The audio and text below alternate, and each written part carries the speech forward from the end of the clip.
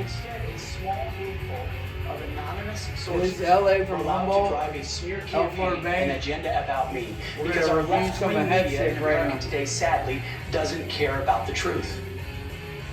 All they were out to do, Mr. Chairman, was to destroy me.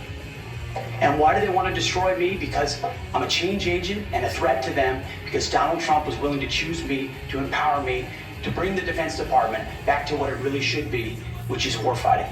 So check it out, dude. He's gonna go in there and clean all that shit out, right? With the woke and whatever. You can check out Hangover Game with the anti-woke or whatever. Check out, see, Elon HegsethReveiw, man. Check it out. This dude is solid dude, man. Check it out.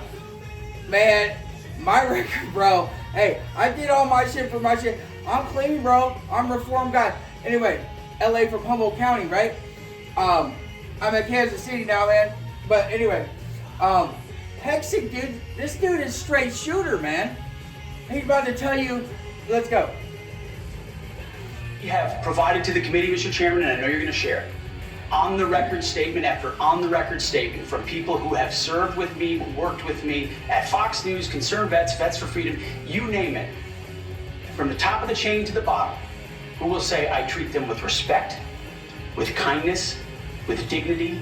That's men, that's women, that's black, that's white, that's every background. Everything. I prided myself. See, this is where, this is like where I'm at nowadays. I mean, you know, I'm rep the state of Jefferson. I think Northern California need a different government. You know what I mean? I'm into my D&D with the meme coins and everything. I don't know what Elon got going on, man. You know what I mean? I just talk myself. You know, I shook Bill Clinton's hand back in '98, whatever. It was a quick little thing, ching, whatever.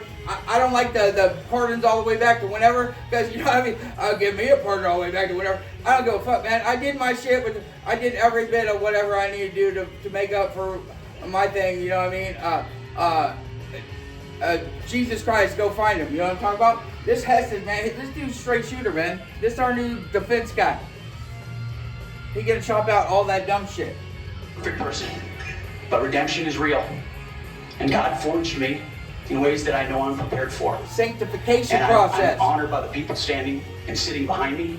I look forward to leading this Pentagon on behalf of the warfighters. Thank you, Mr. Hegseth, and frankly, I'm sure that millions of Americans watching who would agree that they've experienced that same sort of redemption. So I do appreciate that.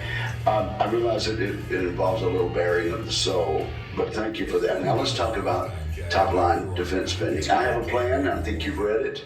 I've issued another plan for Freedom's Forge, which you've also had a chance to look at. And you have noted correctly that the current trend line of defense spending falling below 3% of our GDP is a threat to national security. You also said building the strongest and most powerful military in the world must be done responsibly, but it cannot be done on the cheap. You still agree with that, do you not? Yes, sir, I do. Tell us what you think about, particularly about my plan to make the Defense Department less bureaucratic, less top-heavy, cut out some of the bureaucracy and layers, make it more friendly to startups and to new ideas, contained in my 20 or so page white paper, Defending Freedom's Forge. Senator, I've had a chance to review the Forged Act, that paper. Those are precisely the kinds of ideas that need to be pursued. And I look forward to working with this committee to ensure we cut the red tape, we incentivize innovation, we rebuild the defense industrial base, cut out the bureaucracy, all the things that are preventing the platforms and the tools from getting rapidly. See, okay, I heard about it. We don't got no ships, we ain't got no fuel. This is why I heard Biden sold off all our fuel reserves. I heard Trump say this, all our fuel. I heard we were like, we don't have nothing, man. I'm all for people to go sign up for the military. My kid don't want to do it. He don't want to go see the recruiter or whatever, but you know what I mean? Man, go do it. It's an opportunity. I even got, what I had on Elon's X, before he X'd me out, I'll post some of it. I had the meme coin, the Doge rocket next to a soldier, because Brock specifically draws me as a soldier, because my persona on X as L4 Bane is me shaking Bill Clinton's hand back in '98. when I was limb trim, mean fighting machine. You know what I mean? So if there's anything going on here with the need to streamline, see, I worked right with the up at the 2-star general was his tanks, right? And we were the single battalion that had to make sure those communications worked. So everything was streamlined with us. We were boom, boom, boom. We were in the field everywhere. I did the whole country of Bosnia. Everywhere. I hit everything. Anyway, if that shit needs to go, dude, just and streamline that shit. Make our military pump again. From our great defense companies here that shoot, and those that want to compete into the hands of warfighters. But past his prologue on this, sir, I would just look at what President Trump did after the drawdowns of Lead from Behind under President Obama. President Trump rebuilt our military. He didn't start wars, he ended them, and he didn't allow wars to start on his watch. We've had the same kind of defense cuts under the Biden administration. And so, look, I would present to the committee the reputation of President Donald Trump and me coming alongside him to ensure we have peace through strength by rebuilding our military, investing as necessary. Going under 3%, Mr. Chairman, is very dangerous.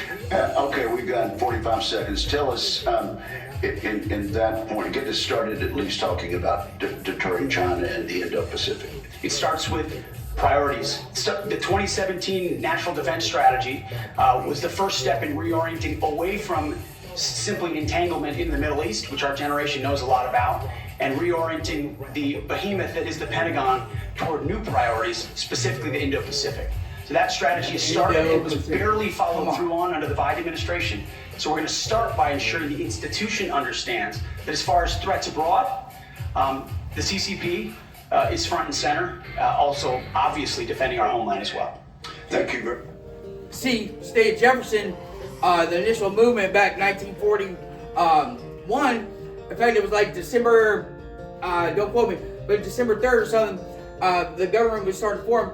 And then I don't got nothing about it. I love the Japanese or whatever. Now, we don't want to start discriminate or anything, because I don't discriminate. That's the whole Bain philosophy. We don't discriminate. We smash all the other mean points indiscriminately. But Pearl Harbor bombing stopped the State of Jefferson movement. That's neither here nor there. But my grandfather, he was storming the beaches of Saipan back then, you know. And I lived in Guam for a couple years. My dad was stationed there. So we got the whole world picture. China over there, everything. And anyway, let's just keep going. This guy knows what's going on everywhere. And it's going on everywhere. Much, Senator Reid, you're recognized. Well, thank you very much, Mr. Chairman. Before I begin my questioning, I would like to make 3 requests. First, many of my members would like a second round. That has been the custom. Senator Hagel was afforded 3 rounds. Senator Ash Carter 2 rounds. And that was done by a Republican chairman with the consent and the appropriate guidance of Democrats.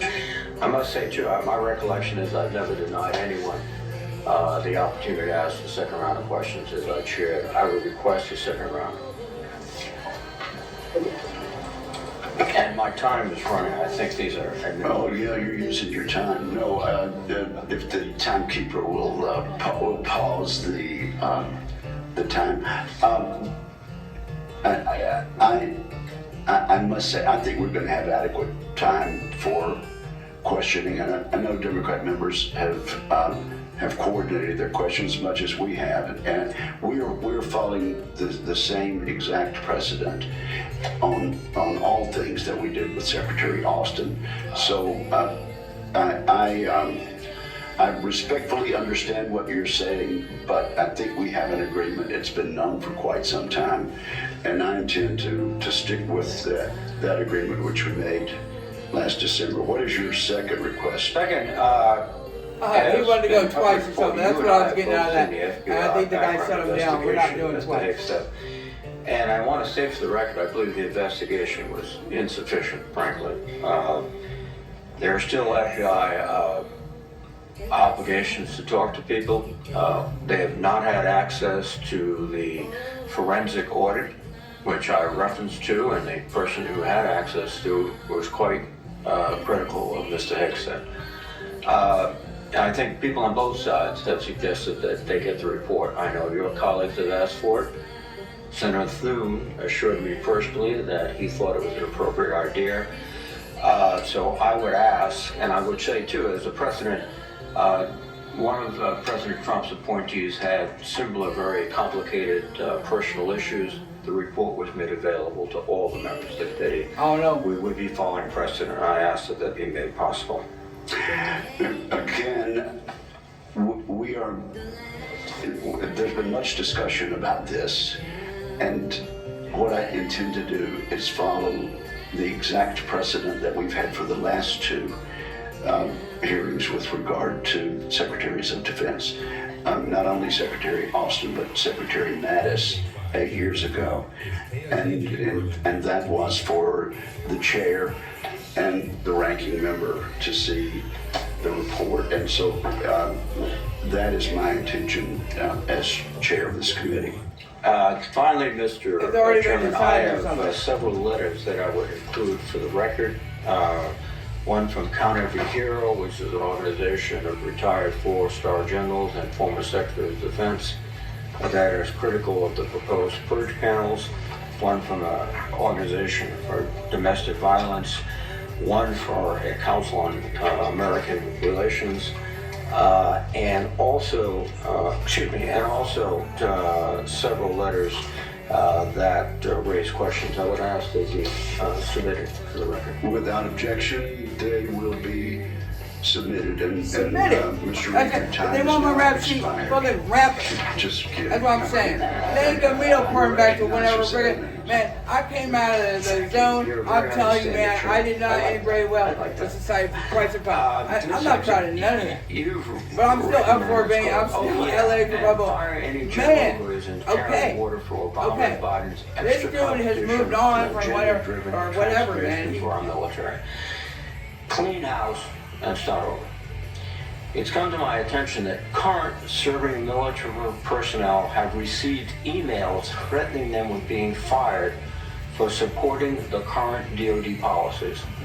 One mail that was sent to a military officer with the subject line, "Clean house," reminiscent of your specific comment, states, and I quote, "With the incoming administration looking to remove disloyal, corrupt, traitorous, liberal officers Man, such look as at it. yourself, Look at it, we dude. will certainly be putting your name into the list of those personnel to be removed. Arsonist, the worst, We know man. you support the woke DEI policies and will ensure you never again influence anyone in the future.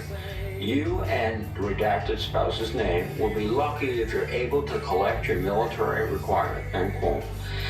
Now, I want to remind everyone that these policies that are being referred to date back decades, to the 1940s and 50s, with respect to racial discrimination particularly, and administrations of both parties, including the Trump administration and the first party, caused those policies to be enforced.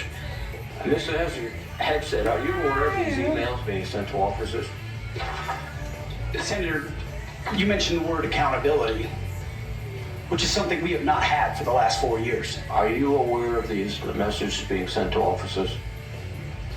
Certainly I'm not aware of that. It's not one of my efforts, but there's been no accountability for the disaster of the withdrawal in Afghanistan. And that's precisely why we're here today. Excuse me. Is that leadership has been unwilling to take accountability. It's the time to He's not restore aware of that that to our stuff. most senior ranks. You have written publicly that DI policy is a distraction and have military personnel walking on eggshells.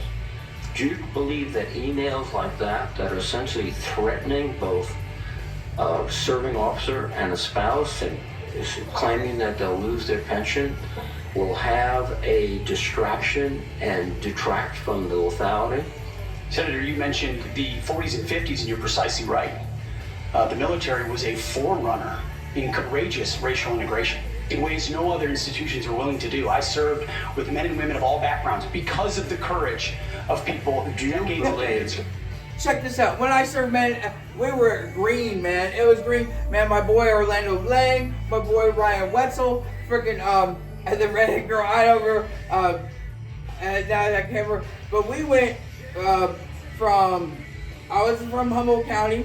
Ryan was from was he always from Nevada? I don't know. And then Orlando was from Oakland. And then the other, I don't know. And we went to Oakland was the Mets, and then they shipped us to right here. I'm in Kansas City now, and right here in Missouri, Fort Leonard Wood. And then we went to down to Georgia, Fort Gordon, Georgia, learned our signal thing, and then they shipped us to Bad Kreuznach, Germany, man. Boom, boom, boom, boom, boom. And then we all went to Bosnia. Yep. The four of us. I mean, there was all of us. Some of us hit here, but just the four of us hit all those places the same. Incredibly important. However, the DEI policies of today are not the same as what happened back then. They're dividing troops. And what I'm saying, the point was, Orlando was black, and Ryan was white, and the other girl was whatever, and we were just peas in a pod, man. We went to Frankfurt and whatever, and freaking we had so much fun. And with the there was just the only DEI I could even think of one was this. Staff Sergeant Carter, man, and she was like one rank higher than, or 1 month more than the other Staff Sergeant Buckwheat, and yeah, it was like they put her in place just where, and she wasn't really qualified, and she got us bad leadership. One that's the, and yeah. Anyway, inside formations, causing commanders to walk on eggshells, not putting meritocracy first.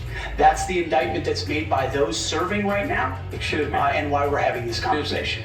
All of your public comments don't talk about meritocracy.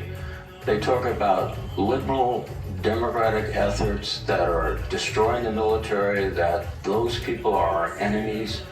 That's not meritocracy. That's a political view.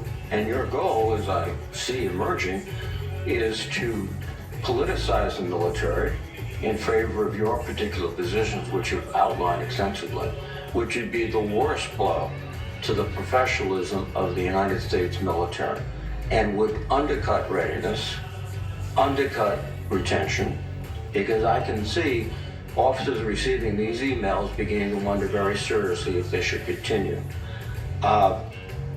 Let me change subject for a moment here. You've been instrumental in securing pardons for several convicted war criminals.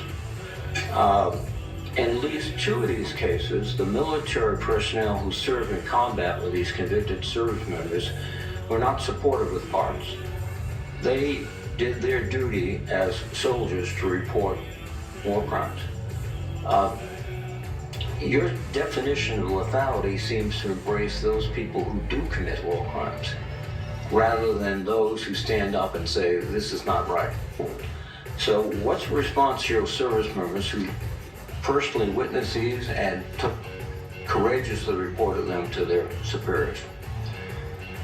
Senator, as someone who's led men in combat directly and had to make very difficult decisions, I thought very deeply about the balance between legality and lethality, ensuring that the men and women on the front lines have the opportunity to destroy with and close the enemy, and that lawyers aren't the ones getting in the way. I'm not talking about disavowing the laws of war or the Geneva Conventions or the Uniform Code of Military Justice. Sir, I'm talking about restrictive rules of engagement that these men and women behind me understand they've lived with on the battlefield, which has made it more difficult to defeat our enemies. In many of the cases you're talking about in particular, sir, there was evidence withheld. There was prosecutorial misconduct. And as someone who looks case by case and defaults to the warfighter, to the men and women with the dust. See, dude, the way he's talking, I'm going to agree with him right there. It's just he's cutting through whatever this dude's saying, man. It sounds like this dude don't know what he's freaking talking about, and this dude knows what he's talking about. Because, I don't know, I didn't really ever come up against anything like this, but at Bosnia we were taught minimum force tactics. It was straight, so, I don't know, I had dude get, we were on guard, and this dude gets shot, and I beat down on the other guy, and he's running. It was in some snow. It was 4 feet of snow. But he's got my leg. And freaking, I was going to shoot the other two, but we were trained not really to freaking, he was running away, so he was no longer a threat. So I passed the other dude's leg. his thing first, and boom, but it was pretty. So I bammed it, and then I shinged it, and I got him up there. I don't even know, dude. It was like fucking first time. I can't believe it was a nightmare, man. Anyway, it was on the wrong side of the zone of separation in Bosnia, and we were peacekeeping missions, so we weren't really trying to kill nobody, but it was crazy, you know. But they were trying to kill each other and shit, and try to get on our shit too. Anyway, but if this dude said that fucking action was warranted, and some other dude was like questioning it or something, you had to make a decision, man. Shit's crazy in those war zone, man. If this dude's saying he looked at it and it was valid, then fucking this dude sits on the fucking seat all day, man. In their boots, not the second guessers in air-conditioned offices in Washington, D.C. Excuse me, I look case by case and was proud to work with President Trump to understand those cases and ensure that our warriors are always looked out for. Those cases were adjudicated by who? People in Washington or fellow non-commissioned officers who had also served to sacrifice and believed in the ethic of the military? Who were the court martial? Senator, in multiple cases, they were actually acquitted. But some charges cases, lingered, yes, regardless of where those some were convening convicted. authorities were. Yes, sir. Some were, but others were convicted, and you asked for pardon. That's the only reason you asked for pardon, because they were convicted. But the other factor, too, is you've already disparaged in writing the Geneva Convention, the rules of law, all of these things. How will you be able to effectively lead a military in which one of the principal elements is discipline, respect for lawful authority? You have made statements to your platoon after being briefed by a JAG officer. Well, by the way, would you explain what a JAG off is? I don't think I need to, sir. Why not? Everybody knows what a jag the men and is. women watching understand. Yeah. Well, perhaps some of my colleagues don't understand. It would be a JAG officer who puts his or her own priorities in front of the warfighters. Their promotions, their medals, in front of having the backs of those who are making the tough calls on the front lines. Thank you, Senator. Interesting. Thank you, Senator. Thank you very much. Senator Fisher. Thank you, Mr. Chairman, and welcome It's Mr. like a lawyer. Hegseth, to you Yeah. and to your family.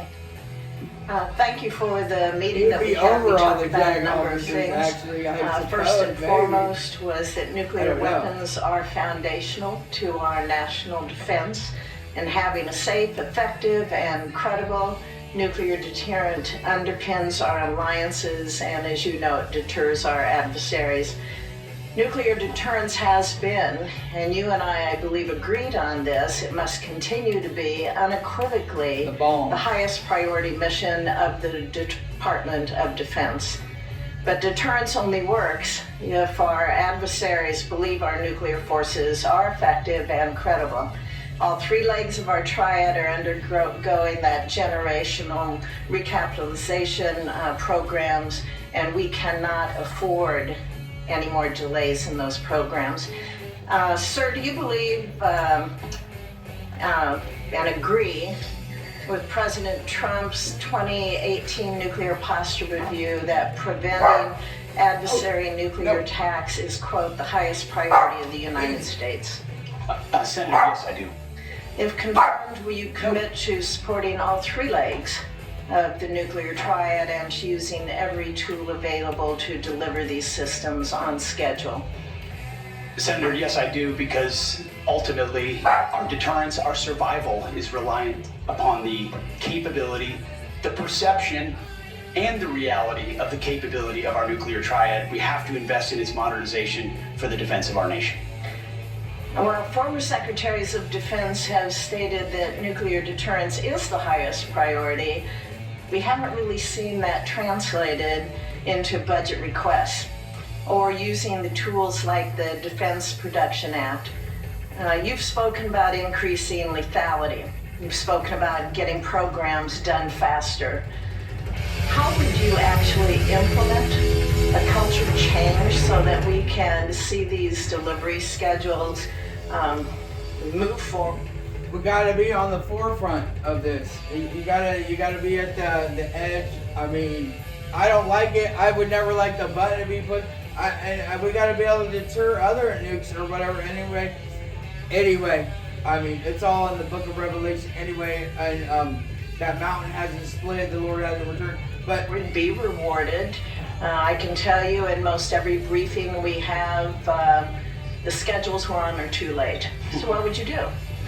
Well, ultimately focused first on the things that are most important, as we have discussed, Senator, the nuclear triad, understanding whether it's the B-21 or the Minuteman to the Sentinel, all aspects of the Columbia-class submarines, ballistic missiles. What are the priorities that need to be focused on and ensure that in those particular cases, you mentioned it, Senator, the Defense Production Act, emergency powers. If we're at a place where our nuclear capabilities are perceived to not be what they are, that is an emergency. And we have an ally in our incoming commander-in-chief, in President Donald Trump, who has spoken about these things, understands the power and strength of nuclear deterrence, will not allow It's the existential threat. It's the existential threat to this nation. How do you change the culture? It's not just the Production Act that's going to be able to do it. How are you going to move forward faster? Competition, Senator, is important, critically important. The Death Valley that was talked about, leveraging the innovation of Silicon Valley, which for the first time in Silicon Valley, state of Jefferson, emerging, natural resources, water, technologies, veterans up there. I think, especially with, I don't know. I think medicines could be stuff for soldiers, new designs, something on the coastlines even. We're not sure what that means, so but definitely, it's not crazy. It's Casey's. Get a free any size coffee. Definitely interesting in this area. I think I think with the meme coins and stuff, definitely we need more soldiers to sign up. That's a big definite. People need to be signing up into the military.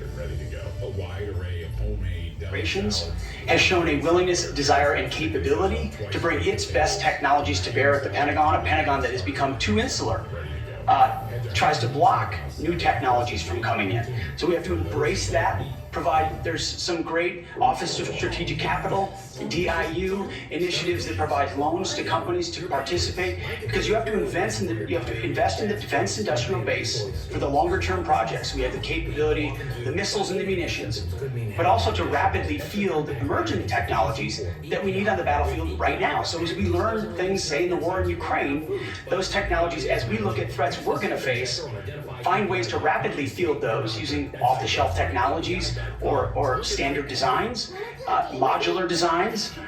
Another easy one, Senator, that became evident in the process is digital designs.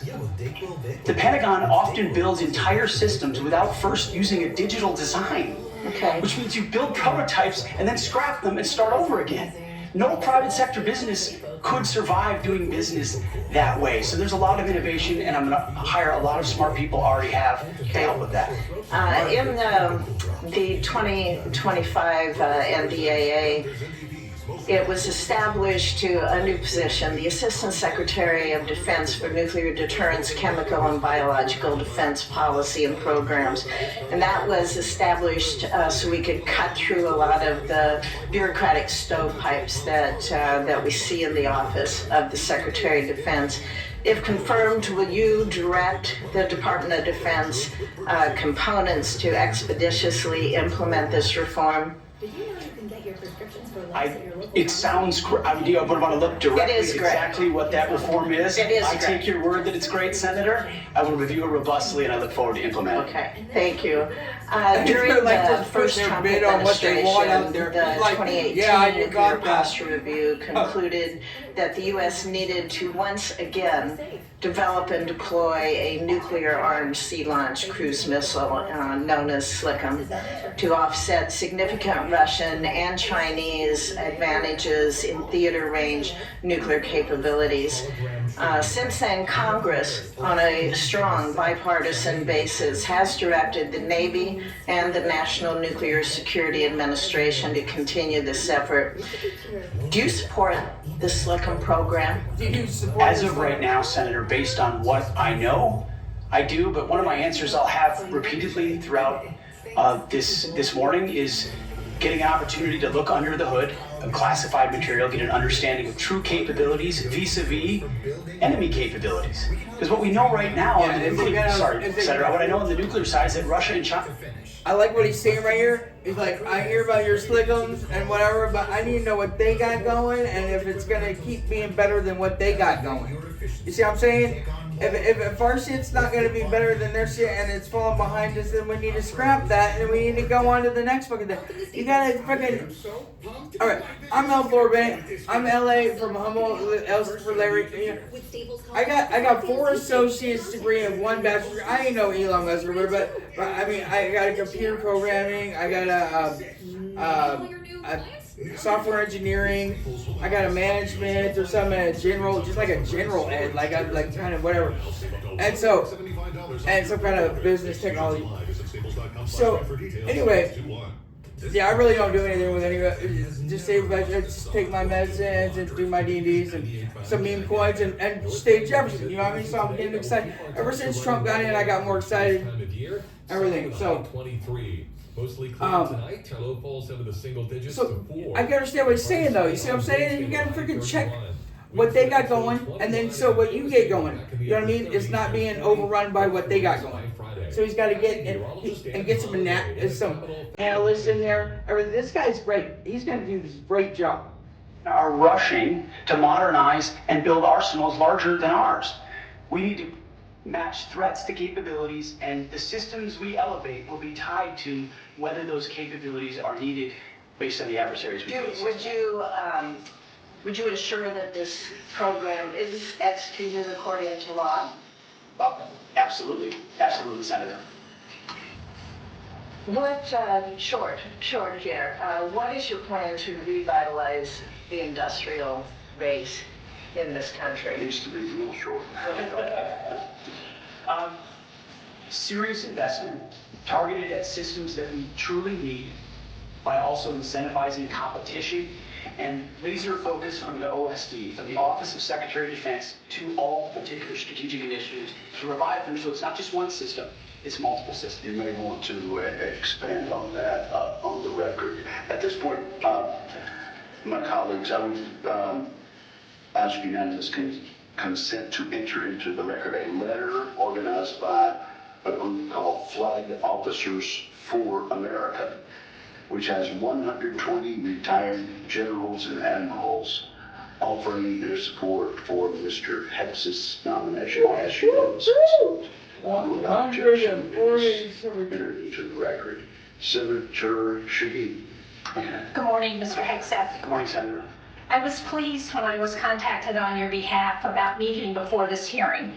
I've been on this committee since 2011, and during that time, I voted to confirm 6 nominees to be Secretary of Defense from 3 administrations, 2 Democratic and 1 Republican, the first Trump administration. Every one of those nominees met with me and my Democratic colleagues on this committee before the hearing. So, as you can imagine, I was disappointed when no one ever followed up. When we followed up with your office, you were not able to meet. Do you understand that if you're confirmed to be Secretary of Defense, that you will have a responsibility to meet with all members of this committee? Wait, he didn't meet with her? Or he did? I thought she said he did. I was pleased when I was contacted on your behalf about meeting before this hearing. I've been on this committee since 2011, and during that time, I voted to confirm 6 nominees to be Secretary of Defense from 3 administrations, 2 Democratic and 1 Republican, the first Trump administration. Every one of those nominees met with me and my Democratic colleagues on this committee before the hearing. So, as you can imagine, I was disappointed when no one ever followed up. When we followed up with your office, you were not able to meet. Do you understand that if you're confirmed to be Secretary of Defense, that you will have a responsibility to meet with all members of this committee, not just Republicans? Senator, I very much appreciate and understand the traditionally bipartisan nature of this committee. Their national defense is not partisan. It should not be about Republicans or Democrats. And so I look forward to working together with you and your colleagues on priorities facing this nation. Yes. I think we would expect that. And one reason that I wanted to meet with you was because I thought it would be really helpful to Richard, better you didn't understand turn around. your views on women in the military. You better kiss her fucking ass right now. Nice. Boom, boom, boom, Because you made a number boom. of surprising statements about women serving in the military. You better kiss her fucking ass.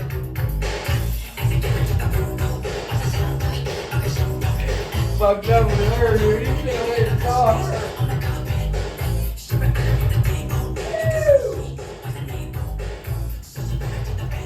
Yeah, him and me both, man.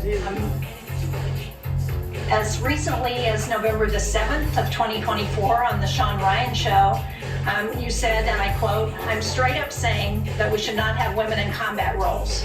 It hasn't made us more effective." The quote went on a little longer, but that was the gist of it. That was before you were nominated to be Secretary of Defense. Mr. Hegseth, do you know what percentage of our military is comprised of women? I believe it's 18 to 20%, Senator. It's almost 18%, and in fact, DoD's 2023 demographic report indicated that there are more women serving now, and there are fewer separations. So they make up a critical part of our military, wouldn't you agree?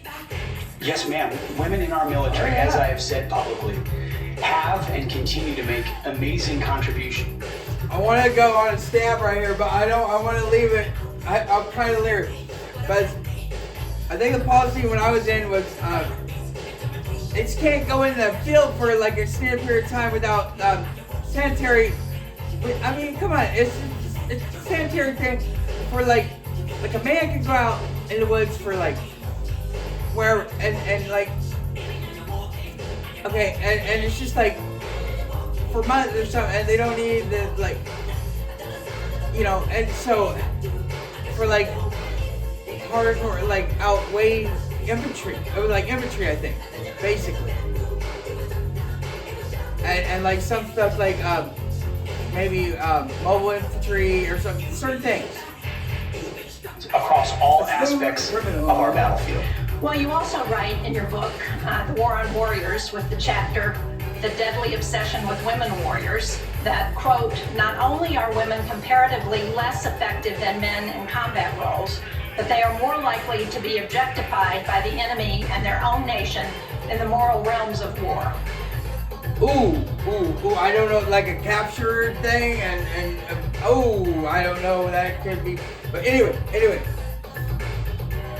I don't know, but as far as like addition, like a freaking ability on a line and take the enemy, like for like, just fucking, a woman could be just as bad as, I mean, freaking, like a Laura Croft, Tomb Raider, some shit, or fucking something, freaking insane.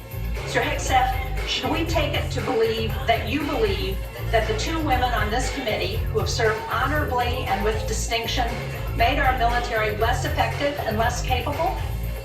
I'm incredibly grateful for the two women who served our military in uniform, and including in the Central Intelligence Agency, contributions on the battlefield, indispensable contributions. Senator, I would like to clarify, when I'm talking about that issue, it's not about the capabilities of men and women, it's about standards.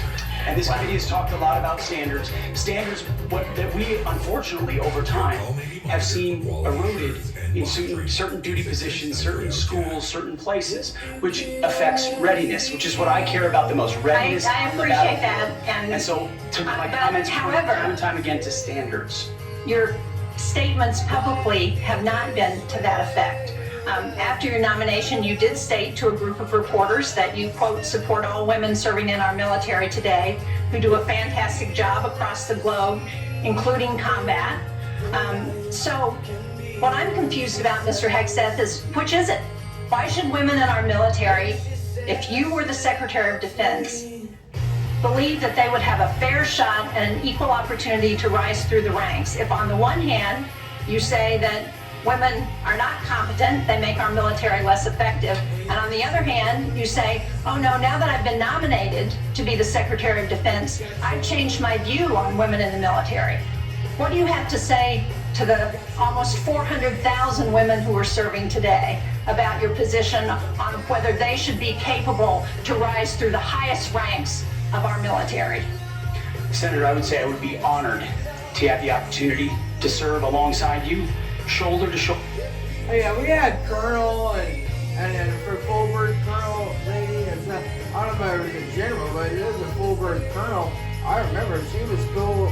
I think I had her coin or something, man. She was cool. We're men, women, black, white, all backgrounds with a shared purpose. Our differences are not what define us.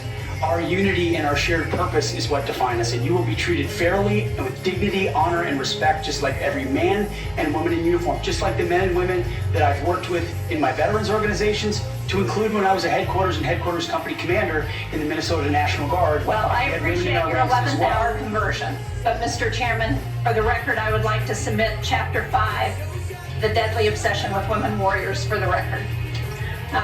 Mr. Hegseth, Without objection, it will be submitted. are you familiar with the Women, Peace, and Security agenda at the Department of Defense? Yes, ma'am, I am. This is a law that was signed during President-elect Trump's first term. It was legislation that I sponsored with Republican Senator Capito of West Virginia. It was co-sponsored by Marco Rubio, the nominee to be the President-elect's Secretary of State. It was led in the House of Representatives by Kristi Noem, the President-elect's nominee to be the Secretary of Homeland Security. It mandates that women be included in all aspects of our national security, including conflict resolution and peace negotiations. And at the Department of Defense, it has been the law for 8 years under both the Trump and Biden administrations. The DoD has incorporated women throughout its decision-making as a result. Every single combatant commander across 2 administrations has told this committee that this law and its implementation at the Department of Defense provides them a strategic advantage operationally.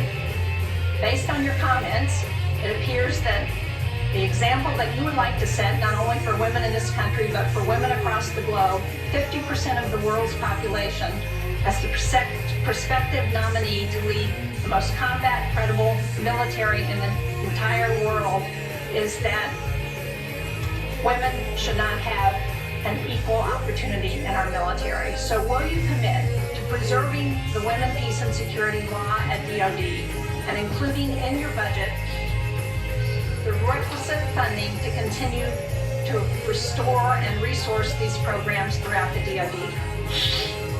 Senator, I will commit to reviewing that program and ensuring it aligns with America First national security priorities, meritocracy, lethality, and readiness. And if it advances American interests, it's something we would advance. If it doesn't, it's something we Well, would since former President Trump signed the law, I hope that he agrees with you. Thank you, Senator Shaheen. At this point, I would ask unanimous consent to enter into the record 5 letters of support from female service members and combat veterans who support Mr. Hegseth's nomination. I bet there's a lot more than 5, but they must have been good. Points from a retired colonel with over 25 years of service to an active duty Navy surface warfare commander.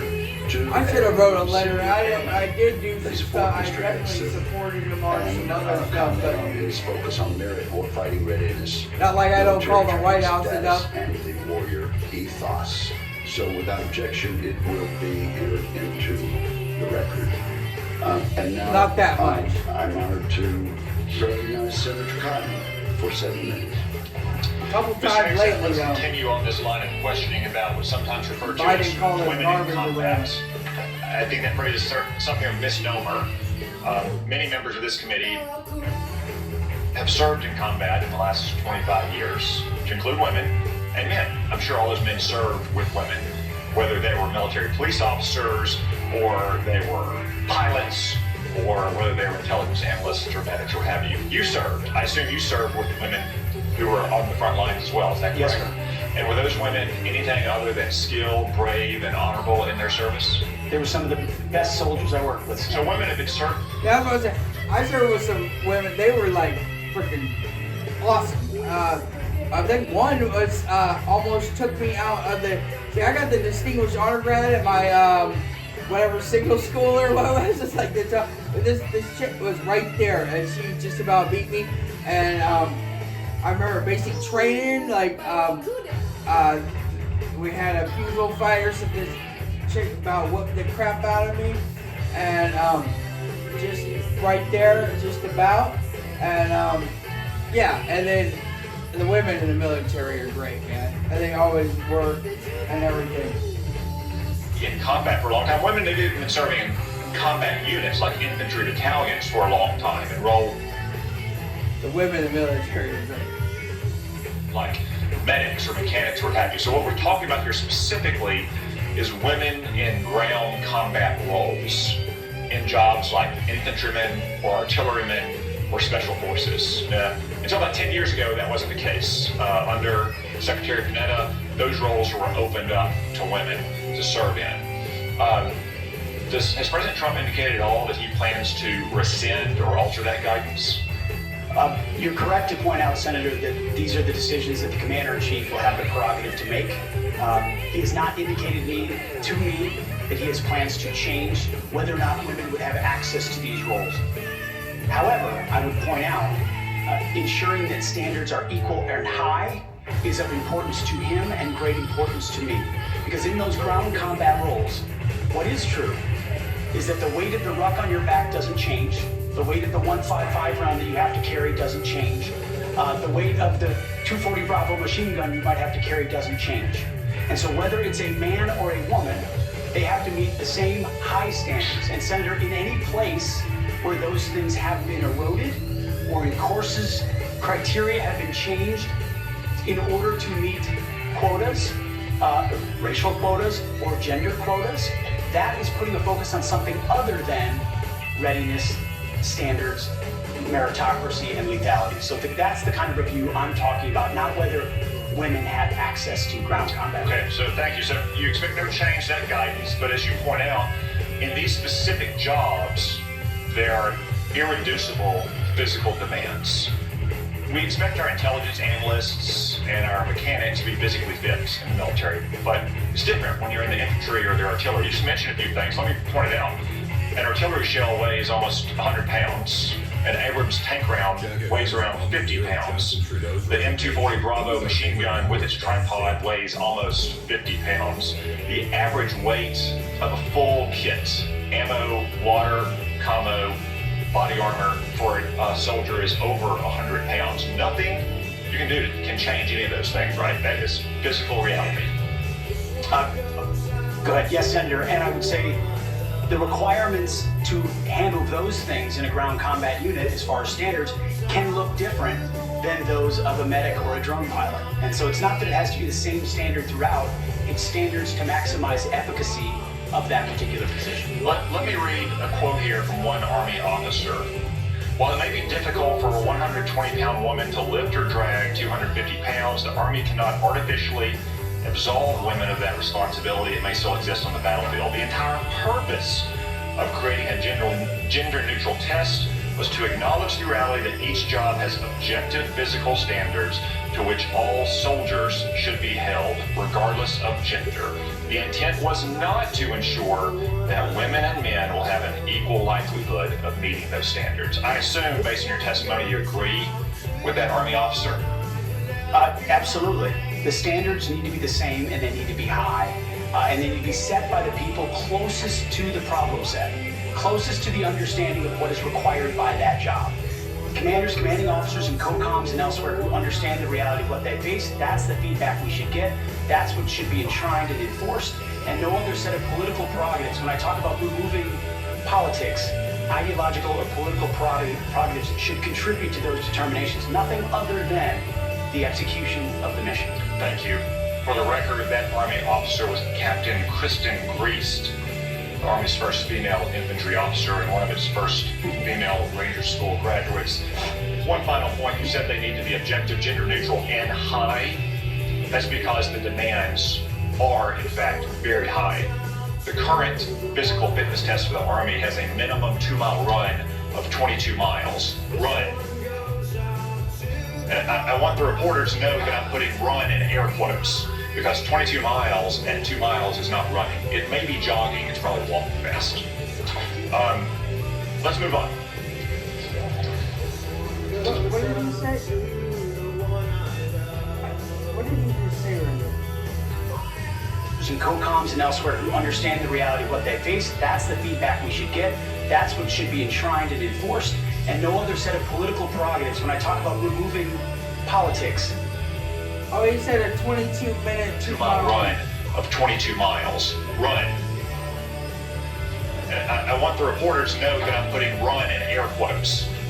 I think he missed. I think he's meant to say you gotta run 2 miles in very high. 22 minutes. The current physical fitness test for the Army has a minimum 2-mile run of 22 miles. Run. And I want the reporters to know that I'm putting run in air quotes, because 22 miles at 2 miles is not running. It may be jogging, it's probably walking fast. He said it already. let's move He on. must have said, I didn't do that in like 16 minutes, or to get a good test. To get a good test, you gotta do it in like 16 minutes. That's like 8 minutes. Audience here. Many of them seem to be patriotic supporters Yeah. of you, If Mr. you're doing Hegseth. it Some in of them seem 22, to be you're not liberal getting a critics of good you. score. You're I like would note that it's only about to the kick liberal you critics out. that have Nice disrupted score. Yeah. this hearing. As was Sorry. One of my eyelids? One of my? No, if you're doing it in 22 minutes, they're about to kick you out or something. That's for older people probably too. I remember when I was in, you had to run that, to get a good score, you had to run it down in like 16, 17 minutes. I think you had to do it in 18 minutes or they're going to kick you. That's 9-minute miles. That's more than a little jog. And then I think my best ever was like 14 minutes. I ran 2 7-minute miles. Yeah, I'm not that fast. custom during the Biden administration. I want to give you Unless I'm sprinting. a chance to respond to what they said about you. I think the first one accused you of being a Christian Zionist. I'm not really sure why that is a bad thing. I'm a Christian. I'm a Zionist. Zionism is that the Jewish people deserve a homeland in the ancient Holy Land where they've lived since the dawn of history. You consider yourself a Christian Zionist? Senator, I'm a Christian, and I robustly support the state of Israel and its existential defense, and the way America comes alongside them is a great help. I'm a Christian. I would say I'm a Zionist. I believe they deserve a home. You know, I was appalled when they called Trump Hitler and stuff, because I've been to Dachau. I've mentioned this a few times. When I was in Germany, my dad was stationed in Germany. We went to Dachau. It was horrifying, man. It's these ovens where they stick the Jews in, like boom, boom, boom, and cook them. And then we went down in the tunnel, and where the Hitler, there's the murder holes all the way down. It was, and where they think that might be where he eventually did his last stand. Dachau concentration camp, man. Yeah. No, I'm not cool with it, man. I've never been to actually Israel, but I've done. I don't know. I'm a devoted follower of Jesus Christ. Yeah. There's another protester, and I think this one was a member of Code Pink, which, by the way, is a Chinese Communist front group these days, said that you support Israel's war in Gaza. I support Israel's existential war in Gaza. I assume, like me and President Trump, you support that war as well, don't you? Senator, I do. I support Israel destroying and killing every last member of Hamas. And the third protester said something about 20 years of genocide. I assume that's our wars in Iraq and Afghanistan. Do you think our troops were committing genocide in Iraq and Afghanistan? Senator, I do not. I think our troops, as you know, as so many in this committee know, did the best they could with what they had. The outcomes, and tragically, the outcome we saw in Afghanistan under the Biden administration put a stain on that, but it doesn't put a stain on what those men and women did in uniform, as you know full well, Senator. Thank you, Mr. Hegseth.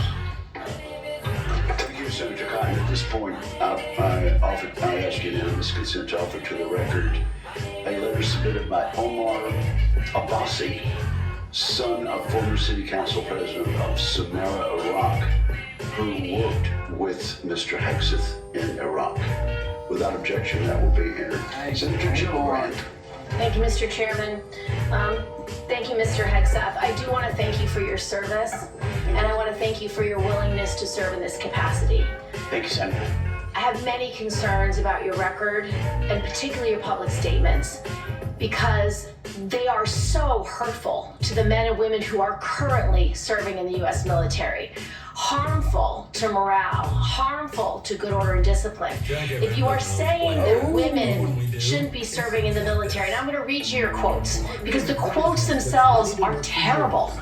You will have to change how you see women to do this job well, and I don't know if you are capable of that. So I want to press on these issues that my colleague Jean Shaheen brought up, because she said it so well.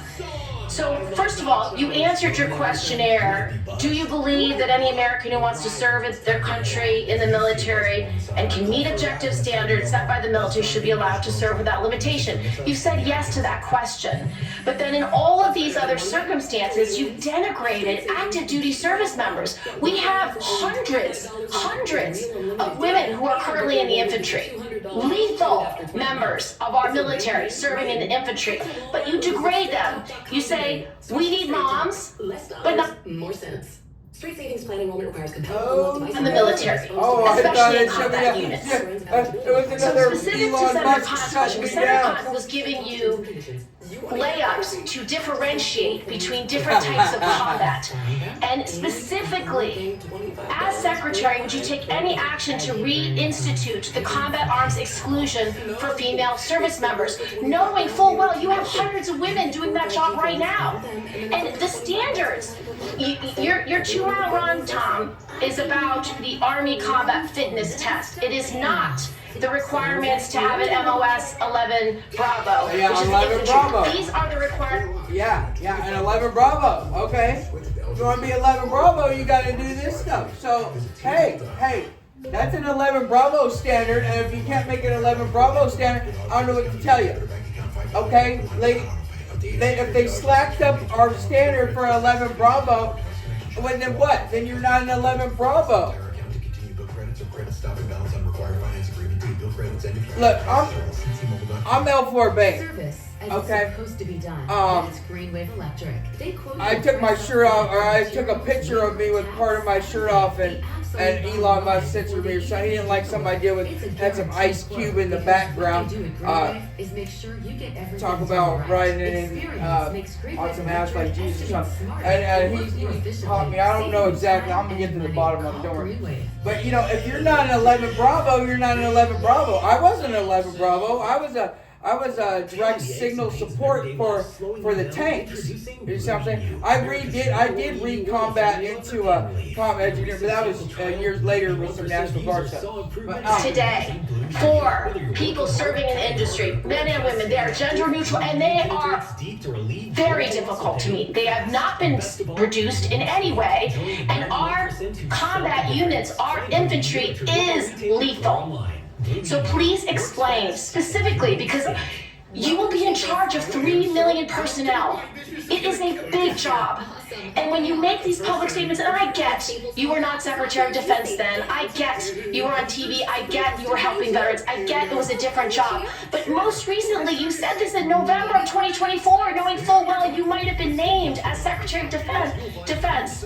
So please explain these types of statements, because they're brutal, and they're mean, and they disrespect men and women who are willing to die for this country. Well, Senator, I appreciate your comments, and I would point out I've never disparaged women serving in the military. I respect every single female service member that has put on the uniform past and present. My critiques, Senator, recently and in the past, and from personal experience, have been instances where I've seen standards lowered, and you mentioned 11 Alpha, 11 Bravo, MOS, places in units, and the book that has been referenced multiple times here, The War on Warriors. I spent months talking to active duty service members, men and women, low ranks, high ranks, combat arms and not combat arms. And what each and every one of them told me, and which personal instances have shown me, is that in ways direct, indirect, overt, and subtle, standards have been changed inside infantry training units Ranger School, infantry battalions to ensure that Give me one commanders example. Please give me an example. I get you're making these generalized meet statements. quotas to have a certain number of female infantry officers or infantry enlisted, and that disparages those women. Commanders do not have to capable meet of meeting quotas that for the infantry. standard. Commanders do not have to have a quota for women in the infantry. That does not exist. It does not exist. And your statements are creating the impression. I don't know if it exists or not. See, I don't know if she knows what she's talking about or he knows what he's talking about. Hey, somebody knows the whatever. I talked about the one like DEI we had. I know it had it because there's no way she would have made the staff sergeant and the way she was and she would get my. She was clearly she was African American or whatever. And she was way overweight. She didn't meet the weight standard. No way. And she would get in my face. She'd be like, specialist, my last name, starts with an A, L.A., right? I don't really, I don't care if you did get my last name. Look on myself, I don't give a crap. I'm good with it.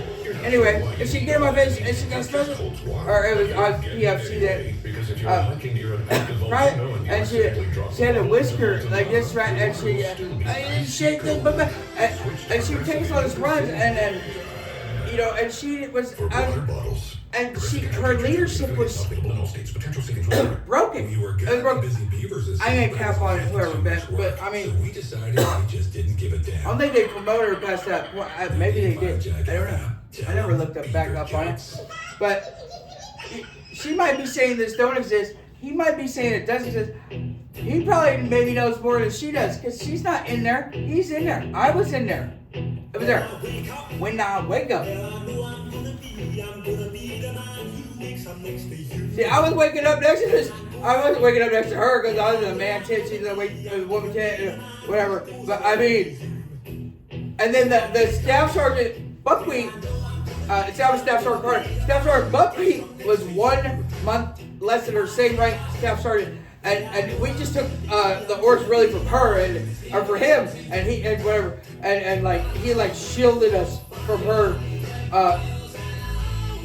ludicrousness whatever and really ran the show. I don't even think normally there would be 2 E6s right there because it was like, you know, I don't know. It was weird.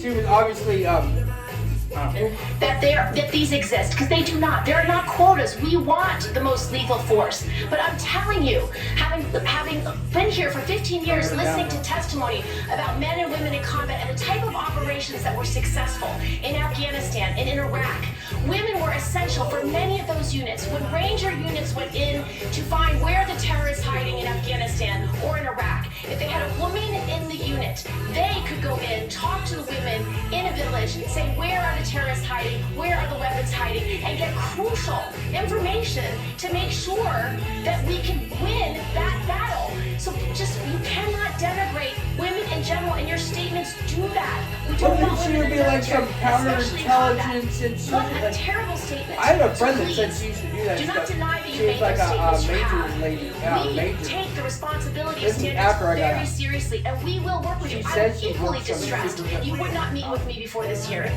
We could have covered all of this before you came here, so I could get to the 15 other questions that I want to get to. So women, you have denigrated. You have also denigrated members of the LGBTQ community. Did you know that when Don't Ask, Don't Tell was in place, we lost so many crucial personnel, over 1,000 in mission critical areas. But I was Don't Ask, Don't Tell. That was my era. It was like, I didn't care what you did. You were freaking nuts. We were all green. I don't know what she's talking about. Don't Ask, Don't Tell seemed like fine. I mean, but I don't know. Maybe not. I don't know. Let's hear what she has to say. I mean, I might have known it was like whatever, freaking whoever was whatnot, but I mean, you did what you did, I did what I did, and freaking, we shouldn't talk about it. I don't know.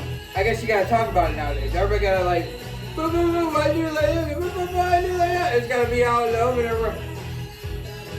Maybe don't though. I mean, seriously. I mean, if you got to some event or something, sure you're at an event, but I mean, other than that, I mean, or if you want to put it out in the whatever, I can't even take my shirt off and freaking somebody gonna censor me off the whatever, man. 10% of all our foreign language speakers because of a political He took his shirt off and everybody's like, boo, boo, boo, boo, boo, boo, boo. You said in your statement you don't want politics in the DOD. Everything you've said in these public statements is politics. I don't want women, I don't want moms. What's wrong with a mom, by the way? Once you have babies, you therefore are no longer able to be lethal. I mean, you're basically saying women after they have children can't ever serve in the military in a combat role. It's a silly thing to say. It's a silly thing to say, beneath the position that you are aspiring to. To denigrate LGBTQ service members is a mistake. If you are a sharpshooter, you're as lethal regardless of what your gender identity is, regardless of who you love. So please know this to be a true statement. So you say it was a political thing. You say it undermined us, social engineering. I don't know why someone having to publicly say or not publicly say who they love is social engineering. I think having that policy in the first place was highly problematic. And as you said in your statement, do you agree anybody should be able to serve in the military if they meet the standards? Senator, as the president has stated, I don't disagree with the overturn of Don't Ask, Don't Tell. Great, because I don't want you thinking, can't serve if you're a mom, can't serve if you're LGBTQ, and then last, can't serve if you're a leftist. The statements you said about people who have views. Okay, so don't ask, don't tell how to go, whatever. Okay, I think if you did tell, then you got processed out. So then yeah, okay, cool. So, but I think what the thing is spending all the money to do the DEI. We don't want that no more. I mean, it's just like a distraction. I hate to say if you meet the standard, you're in. I mean, differently than you, that we're the enemy. Are you saying that 50% of the DOD, if they hold liberal views or leftist views or are Democrats, are not welcome in the military? Are you saying that? Senator, I volunteered to deploy to Afghanistan under Democrat President Barack Obama. I also volunteered to guard the inauguration of Joe Biden, but was denied the opportunity to serve because I was identified as an extremist by my own unit for a Christian tattoo. For the tattoo, see, he got denied for his tattoo, and what she said, he said, let me back it up a little bit. You say it was a political thing. You say it undermined us, social engineering. I don't know why someone having to publicly say or not publicly say who they love is social engineering. I think having that policy in the first place was highly problematic. And as he said that. I don't want you thinking, can't serve if you're a mom, can't serve if you're LGBTQ, and then last, can't serve if you're a leftist. The statements you said about people who have views differently than you, that we're the enemy. Are you saying that 50% of the DOD, if they hold liberal views or leftist views or are Democrats, are not welcome in the military? Are you saying that? Senator, I volunteered to deploy to Afghanistan under Democrat. Oh yeah. It's my second tour of Bosnia. I did a volunteer. Sergeant Major was like, hey, you already got knowledge with you. So I did a volunteer on it then. So he volunteered for one, and then it sounds like they didn't let him go to another. I also volunteered to guard the inauguration of Joe Biden, but was denied the opportunity to serve because I was identified as an extremist by my own. Oh yeah. I didn't have any tattoos when I was in the military. My whole body's but those were all done while I was doing my retribution. Thank you very much. Senator Gillibrand, you held up a document and referred to it during your questioning. Would you like that entered into the record? Okay, we'll submit it. Without objection, that will be admitted at the point of your question. And I would like to enter into the record at this point a letter of support from retired Air Force Colonel Melissa Cunningham. Colonel Cunningham supports Mr. Hegseth and mentions his warrior ethos, combat effectiveness, and maintaining military training standards. So without objection, both of those will be admitted, and I now recognize Senator Rounds. Thank you, Mr. Chairman. First of all, good morning. I'd like to thank you for your service to our nation in uniform and also your work on behalf of your fellow veterans and for your willingness to enter into this maelstrom of public service. I think the presence of so many veterans who have showed up to support you speaks volumes. I also want to recognize your family service and sacrifice. You know as well as anyone that it's... Damn, I wish I was there.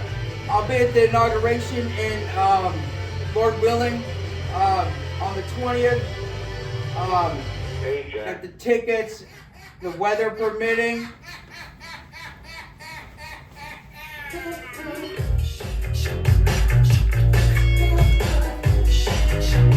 I'm LA from Humboldt. L4 Bank. I'm gonna cut this. It's looking good for Hegseth, I think. If it doesn't work out, I'll check it out later. State of Jefferson. Bane sovereign. Elon Musk censoring us still.